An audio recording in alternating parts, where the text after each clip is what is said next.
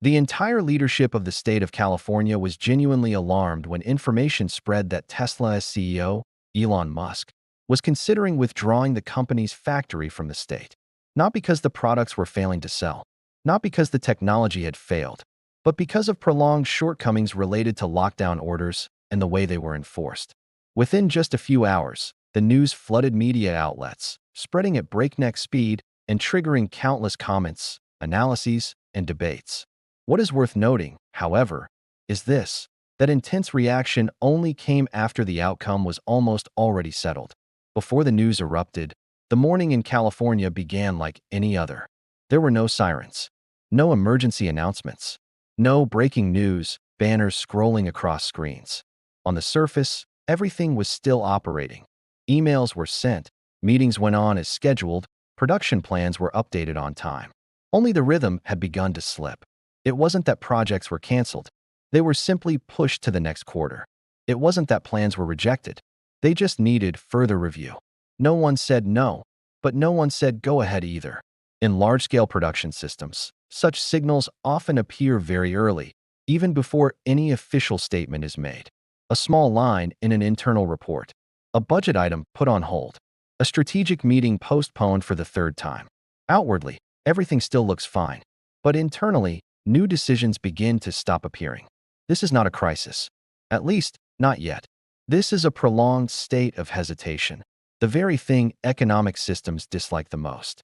Ironically, most of the projects that are stalling do not run counter to major objectives at all. They do not oppose environmental protection. They do not hinder innovation. On paper, they even align with what policies are trying to achieve. So why, at a certain point, would the CEO of one of the most iconic companies openly question staying? Because systems do not respond to intentions. They respond to accumulated pressure. And often, by the time that reaction becomes visible in headlines, the most important decisions have already been forming for a long time. There is no crashing sound. It's just that new decisions gradually disappear. And to understand why this happens, we need to look directly at how the system actually operates, not through slogans, but through the mathematics of cost, time, and risk. The central argument of this story is not about who is right or wrong, nor is it about supporting or opposing any individual, company, or specific policy. It lies in a much colder rule. When compliance costs, permitting delays, and policy uncertainty exceed the threshold that large-scale production can absorb, the system will self-adjust by retreating. Businesses do not argue with ideals, do not debate morality, and do not wait for explanations. Capital flows look only at numbers, at time, at risk, and react in the most efficient way to preserve themselves. Most of the public sees the story through a very familiar lens. Companies leave for profit, out of greed, or because they refuse to comply with higher standards. On the other side, policy supporters believe that any withdrawal is simply a necessary price for progress. These two arguments clash loudly and emotionally, and both miss the most important part of the issue. What is rarely stated plainly is this: there is no single decision that causes large projects to stall. There is no single law, regulation, or administrative notice powerful enough to kill a multi-billion-dollar investment. What truly creates pressure is the accumulation of many requirements, each reasonable on its own, but together forming a burden that exceeds the threshold. According to some industry analyses and industrial consulting reports, large-scale manufacturing projects in regions with complex regulatory frameworks typically face three layers of pressure at the same time. First are the direct costs of meeting environmental, labor, and reporting standards. Second are the indirect costs of delay, waiting for approvals, revising documentation, undergoing reevaluations. And third, least discussed of all, is the cost of uncertainty, when companies cannot know exactly when a project will be allowed to proceed or whether requirements will continue to change along the way. Each of these factors, taken individually, can be justified, but systems do not operate that way. They do not evaluate each clause separately. They respond to total pressure. When total cost and risk cross a certain threshold, a project does not need to be rejected. It simply becomes mathematically unattractive. This is the part that public debates often avoid. No one wants to say that policies with good intentions can produce the opposite result when stacked on top of one another. Yet in real-world economics, this happens far more often than we tend to think. And to see this clearly, what is needed is a simpler, less emotional map. One that shows who is involved, what is happening, and how the system is responding. To avoid being drawn into emotional arguments, we need a map that is simple enough to track how the system operates. Not to find someone to blame, but to clearly see the chain of reactions unfolding. Who is involved? At the center are large-scale manufacturing enterprises, organizations that must make long-term capital allocation decisions, with project life cycles measured in decades. Surrounding them are state governments and regulatory agencies tasked with protecting the environment, workers, and the public interest. Further out is the supply chain, component suppliers, logistics, construction, energy, and financial services. This is not a two-sided confrontation. It is a network of overlapping decisions. What is happening? A series of expansion projects and new investments have entered a state of slowdown, not because they are prohibited, but because costs and timelines have become difficult to predict. According to industry estimates, when approval processes are prolonged and compliance requirements change while projects are still being designed, financial models are forced to be updated repeatedly, and each update reduces a project's attractiveness. Why does the system respond this way? Because capital responds to three core variables: cost, time, and risk. When all three rise simultaneously, even strategically sound projects become less competitive compared to other locations. This is not a moral judgment. It is a relative comparison. The system always chooses the option with the better risk-reward ratio. Who pays the price? Not just businesses. When investment slows, indirect jobs across the supply chain are affected, regional productive capacity weakens, and future tax revenues become less certain.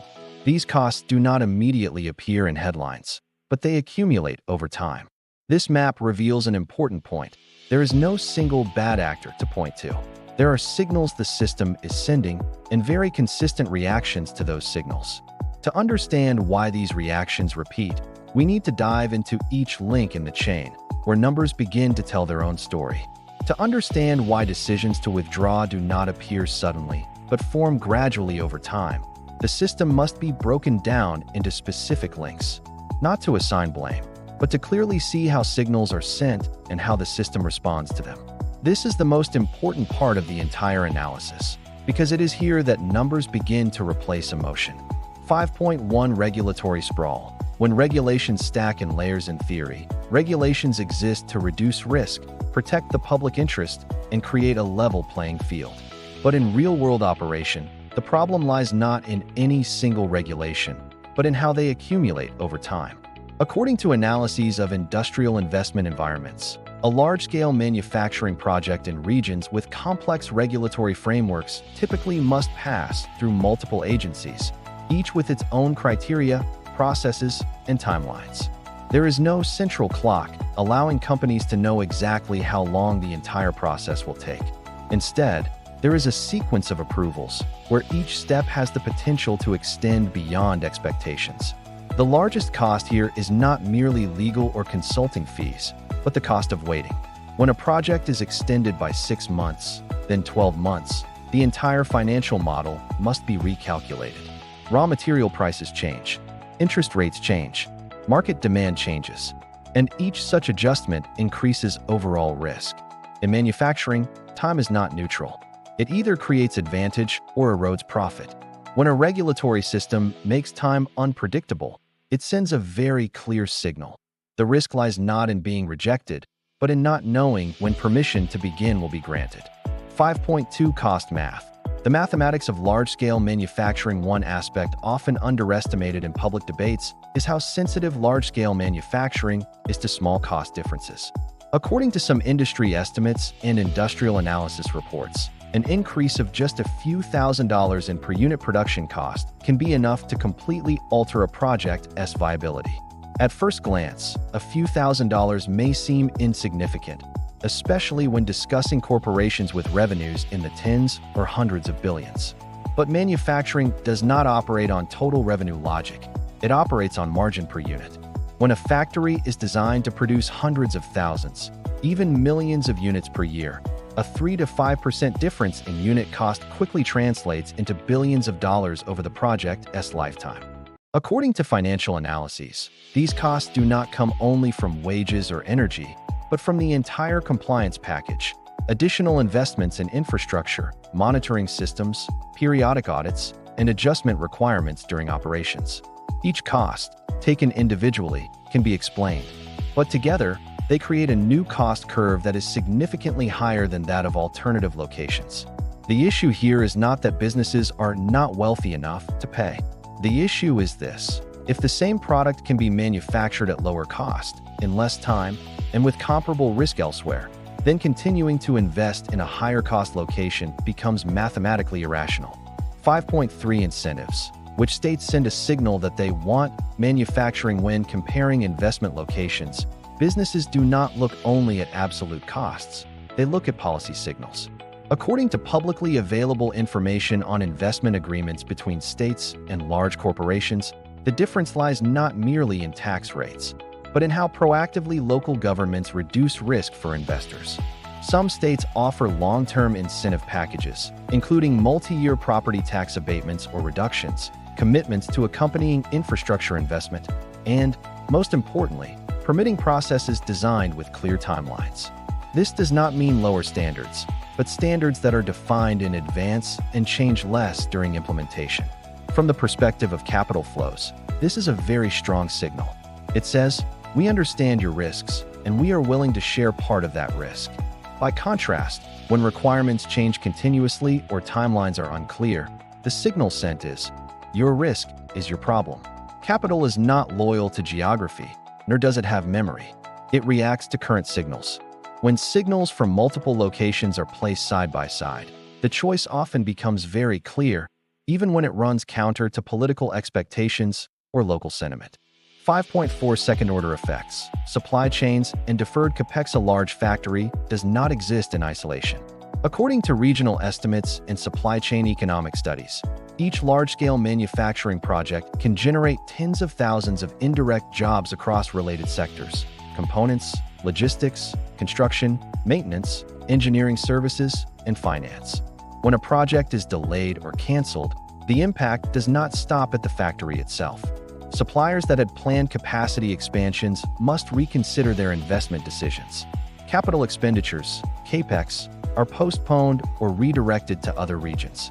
These decisions rarely appear in headlines, but they have deep implications for a region's long-term productive capacity. According to industry analyses, these second-order effects are precisely the hardest to reverse. Once a supply chain has been restructured to serve another location, pulling it back requires far more time and cost than keeping it in place from the start. This creates an inertia effect. Each decision to delay investment makes the next investment decision less feasible. And over time, the region loses not just a single project, but its position on the manufacturing map. 5.5 Fiscal feedback loop. The budgetary feedback loop. Finally, the impact on public finances cannot be ignored. When investment slows and productive capacity weakens, future revenue becomes less certain.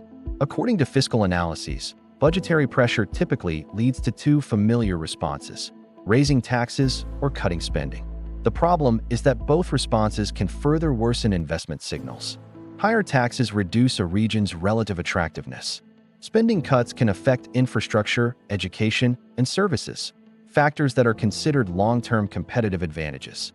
Over time, this creates a negative feedback loop. Investment declines, budgetary pressure increases, fiscal policy tightens, investment declines further. No major shock is required to trigger this loop. It only takes the accumulation of enough small decisions. Budgets, like all systems, have inertia. And once that inertia begins moving in an unfavorable direction, reversing it becomes increasingly difficult. Taken together, all these links present a coherent picture. No single factor is sufficient to explain everything. But when these factors appear together, increase together, and persist together, the system responds in a highly predictable way.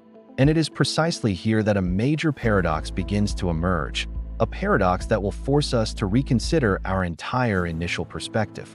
At this point, the story seems clear: costs rise, timelines stretch, risks increase, and capital withdraws.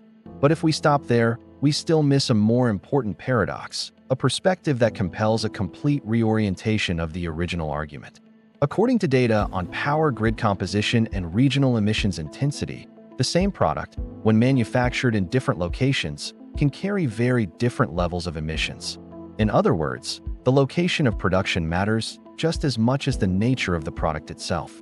This leads to a rarely discussed possibility. Environmental policies in one place, if they push production elsewhere, may inadvertently increase total global emissions. There is no contradiction of intent here. The goal of reducing emissions is real. High environmental standards are necessary, but the global system does not operate along administrative boundaries. When production moves from a region with a cleaner power grid to one that relies more heavily on fossil fuels, the total emissions embedded in each unit of output can increase even if standards at the destination are not lower.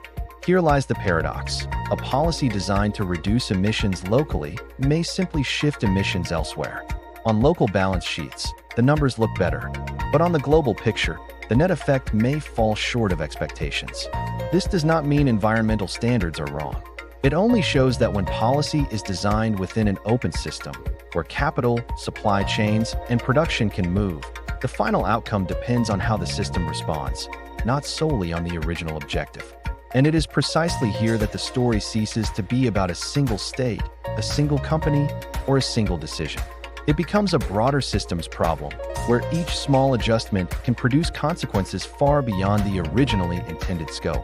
To visualize more clearly what is happening, let us step away from numbers for a moment and try to see this system as a familiar physical structure. Imagine a large plumbing system, where each valve is installed for a very reasonable purpose: to control pressure, prevent leaks, ensure safety. Each valve, taken on its own, performs its function properly. But when too many valves are tightened at the same time, water no longer flows smoothly. Pressure builds, flow weakens, and eventually, the system does not burst, it clogs. Economic systems operate in a similar way. Each regulation, each standard, each additional requirement is like a regulating valve. No valve is bad on its own, but when they are tightened simultaneously, without time buffers and without coordination mechanisms, capital flows begin to encounter friction at every point of contact. Or consider a thermostat adjusted to be overly sensitive. Every small temperature change triggers a response. The system constantly switches on and off, never reaching a stable state. Energy is wasted, efficiency declines, and equipment wears out faster. The intention is optimization, but the result is instability. The common thread in both metaphors is this: the system does not fail because of a single shock. It weakens due to the accumulation of small, continuous, and uncoordinated adjustments. When efficiency declines for long enough, the natural response is not resistance, but the search for a path with less friction. And if this state of congestion persists, the next consequence will no longer be metaphorical. It will become a real condition to which the system is forced to respond. What is important to emphasize here is this: there is no inevitable collapse scenario and no destiny written in advance. What is unfolding is not a prophecy, but a chain of conditional reactions. The system responds only in the way that the signals compel it to respond. If compliance costs continue to rise faster than productivity, while the margins of large-scale manufacturing leave no room to absorb them, capital will tend to seek locations with more stable cost structures.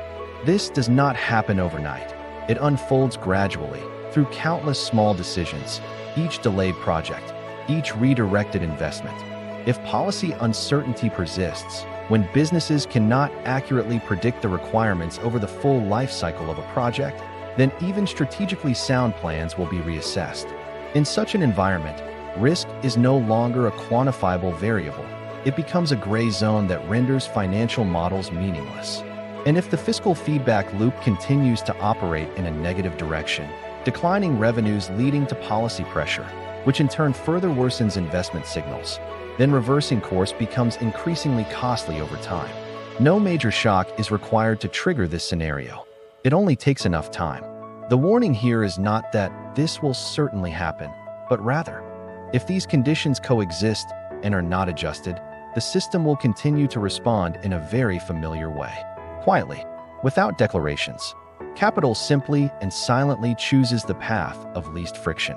If we want to assess whether the system is approaching a point of adjustment or continuing to drift along its current inertia, the important task is not to listen to policy statements, but to observe the signals left behind by capital flows. Economic systems always tell the truth through behavior, not words. There are three groups of signals that deserve particular attention. First, where new capex flows are going. According to industrial investment reports, capital expenditure decisions for new plants, capacity expansions, and production infrastructure typically reflect companies' long-term expectations. When capex begins to shift consistently to other regions, it is a sign that the system is sending negative signals about costs and risks at the original location. This matters more than any stated commitments, because capex is real money, locked in for many years. Second, average permitting timelines for large projects. Time is not merely a technical variable, it is a risk indicator. When permitting timelines lengthen and vary widely across projects, companies are forced to build additional risk buffers into their financial models.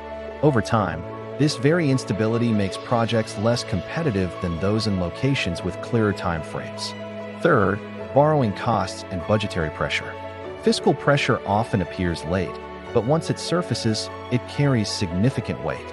Rising borrowing costs affect not only governments, but ripple across the entire investment ecosystem. According to public finance analyses, when the cost of capital increases, all investment decisions become more constrained. These three signals do not need to be read over a single quarter or a single year.